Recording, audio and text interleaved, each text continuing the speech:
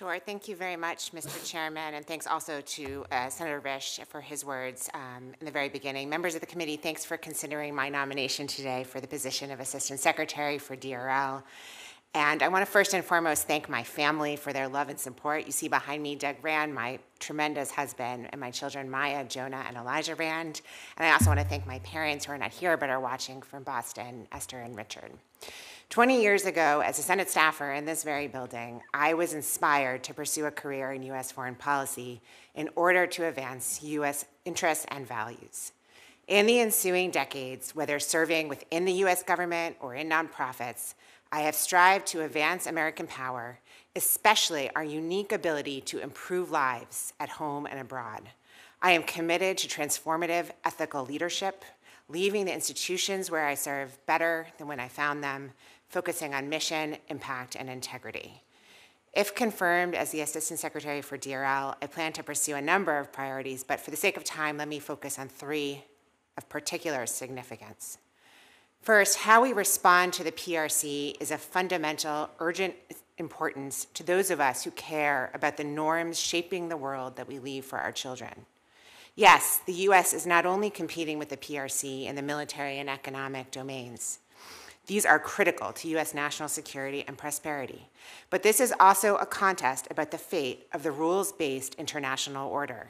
The PRC's vision suppresses freedom of expression and persecutes ethnic and religious minorities.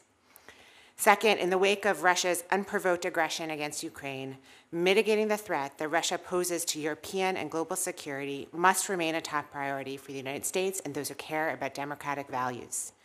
Russia promotes its venal mode of governance, delights in mobilizing the world's authoritarians who are threatened by democratic freedoms.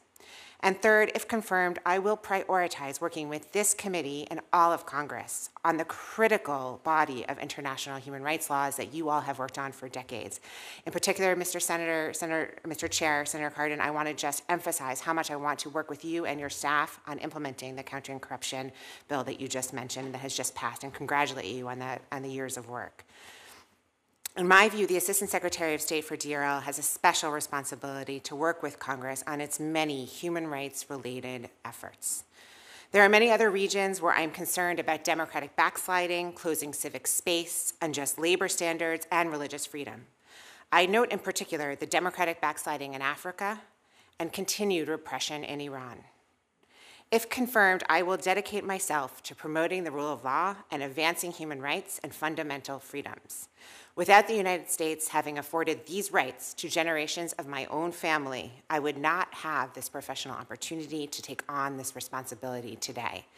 I look forward very much to our conversation and to your questions. Thank you.